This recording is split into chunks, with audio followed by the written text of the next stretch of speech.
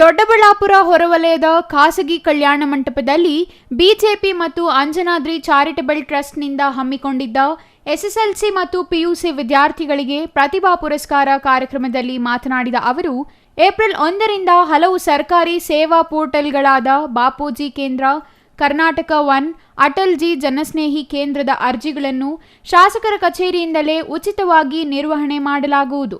ಬಳಿಕ ನಮ್ಮ ಸಿಬ್ಬಂದಿಯೇ ಮನೆಗಳಿಗೆ ತೆರಳಿ ಸಮಸ್ಯೆ ಬಗೆಹರಿಸಲು ಪ್ರಯತ್ನಿಸುತ್ತಾರೆ ಎಂದರು.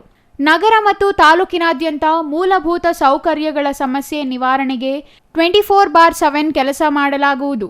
ಸರ್ಕಾರಿ ಕಚೇರಿಗಳಲ್ಲಿ ಲಂಚ ಯಾಕೆ ಕೊಡಬೇಕು ಎಂದು ನಾವು ಪ್ರಶ್ನಿಸುವಂತಾಗಬೇಕು. ಪ್ರಶ್ನೆ ಮಾಡುವುದನ್ನು ಕಲಿತಾಗಲೇ ನಾವು ವ್ಯವಸ್ಥೆಯನ್ನು ಸರಿಪಡಿಸಲು ಸಾಧ್ಯವಾಗುತ್ತದೆ. ಮುಂದಿನ ವರ್ಷದಿಂದ ತಂದೆ ಅಥವಾ ತಾಯಿ ಕಳೆದುಕೊಂಡಿರುವ 10 ವಿದ್ಯಾರ್ಥಿಗಳಿಗೆ ಸಿಇಟಿ ಶುಲ್ಕ ಮತ್ತು ಪಿಯುಸಿ ಶುಲ್ಕ ಕಟ್ಟಲಾಗುವುದು ಎಂದರು. ಇವತ್ತು ಪ್ರತಿ ವರ್ಷದಂತೆ ಪ್ರತಿಭಾ ಪುರಸ್ಕಾರ ಸೆಕೆಂಡ್ ಪಿಯುಸಿ ಮತ್ತು ಫಸ್ಟ್ ಪಿಯುಸಿಯಲ್ಲಿ 85% ಡಿಸ್ಟಿಂಕ್ಷನ್ ತಗೊಳ್ಳೋರಿಗೆ ನಾನು 2019-20 ಇಸ್ವಿ ನಮ್ಮ ಕೋವಿಡ್ ಬಂದಂತ ಇಸ್ವಿ, ಆ ಇಸ್ವಿಯಲ್ಲಿ ಒಂಚೂರು ಸರ್ಕಾರಿ ಕಾಲೇಜುಗಳಲ್ಲಿ ಫೀಸ್ ಕಟ್ಟೋದು ಕಮ್ಮಿ ಆಗಿದೆ ಅಂತ ಹೇಳಿದ್ರು. ಹಾಗಾಗಿ ಆ ವರ್ಷದಿಂದ ಸರ್ಕಾರಿ ಕಾಲೇಜಲ್ಲಿ ಜನರಲಿ ಹೈಯೆಸ್ಟ್ ಫೀಸ್ ಪಿಯುಸಿ 3,000 ರೂಪಾಯಿ, ಅದನ್ನ ಸ್ಕಾಲರ್ಶಿಪ್ ಆಗಿ ಕೊಡುವಂಥದ್ದು ಅವತ್ತಿಂದ ರೂಢಿಸ್ಕೊಂಡಿದ್ದು. ಪ್ರತಿ ವರ್ಷ ಅದನ್ನ ಮಾಡ್ಕೊಂಡ್ ಬರ್ತಾ ಇದೀವಿ.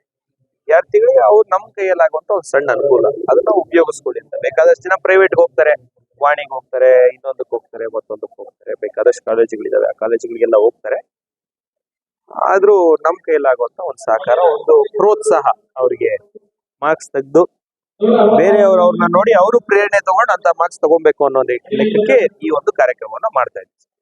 ಇನ್ನು ಕಳೆದ 10 ತಿಂಗಳಿನಿಂದ ಯಾವುದೇ ಕಾಮಗಾರಿಗಳನ್ನು ತರುವಲ್ಲಿ ಶಾಸಕರು ವಿಫಲರಾಗಿದ್ದಾರೆ ಎಂಬ ಮಾಜಿ ಶಾಸಕರ ಆರೋಪಕ್ಕೆ ಪ್ರತಿಕ್ರಿಯಿಸಿದ ಶಾಸಕ ಧೀರಜ್ ಮುನಿರಾಜು, ಮೇ 13ರಂದು ನಾನು 1 ವರ್ಷದಲ್ಲಿ ತಾಲೂಕಿಗೆ ಶಾಸಕನಾಗಿ ಆಯ್ಕೆಯಾದ ಬಳಿಕ ಕೊಟ್ಟಿರುವ ಯೋಜನೆಗಳು, ಸೌಲಭ್ಯಗಳ ಕುರಿತು ಮತ್ತು ಸರ್ಕಾರ ಸ್ಪಂದಿಸಿರುವ ರೀತಿಯನ್ನ ಜನರ ಮುಂದಿಡುತ್ತೇನೆ. ಶಾಸಕನಾಗಿ ನನ್ನ ಶಕ್ತಿ ಮೀರಿ ಕರ್ತವ್ಯ ನಿರ್ವಹಿಸುತ್ತಿದ್ದೇನೆ. ಜನತೆಗಾಗಿ ನನ್ನ ಕೆಲಸವನ್ನು 24/7 ಕಾರ್ಯನಿರ್ವಹಣೆ ಮಾಡುತ್ತಿದ್ದೇನೆ ಎಂದರು. ಮೇ 13ನೇ ತಾರೀಕು 1ನೇ ವರ್ಷದ ರಿಪೋರ್ಟ್ ಕಾರ್ಡ್ ಇಡ್ತೀನಿ. ಅದಿಟ್ಟ ಮೇಲೆ ಸರ್ ಚುನಾವಣೆಗಳು ಇದ್ದೇ ಇದಾವ. ಈಗ ಪಾಪ ಅವರು ಇಷ್ಟೊಂದು ಕೆಲಸ ಮಾಡಿದ್ರಲ್ಲ ಸರ್, ಏನೇನೋ ಮಾತಾಡ್ತಾ ಇದಾರೆ ರಾಜಕೀಯವಾಗಿ. ಪೋಸ್ಟಲ್ ಬ್ಯಾಲೆಟ್ ಎಷ್ಟು ಸರ್ ಇತ್ತು? 1319 ವೋಟ್ ಇತ್ತು. ಅಧಿಕಾರಿಗಳಲ್ಲ ಸರ್, ಅವರೆಲ್ಲ ಅವಿದ್ಯಾವಂತರ ಅಧಿಕಾರಿ ವರ್ಗದವರು. 1319 ವೋಟಲ್ಲಿ ನನಗೆ 699 ವೋಟ್ ಬಿತ್ತು. ಸನ್ಮಾನ್ಯ ಮುನೇಗೌಡರಿಗೆ 311 ಬಿತ್ತು. ಮಾಜಿ ಶಾಸಕರಿಗೆ 321 ಬಿತ್ತು. ಅದ್ ಯಾಕೆ ಅಂತ ತಿಳ್ಕೊಂಡ್ರೆ ಆಡಳಿತ ಏನು ಅಂತ ಅರ್ಥ ಆಗುತ್ತೆ ಅಂತ ಅನ್ಕೊಂಡಿದ್ದೀನಿ.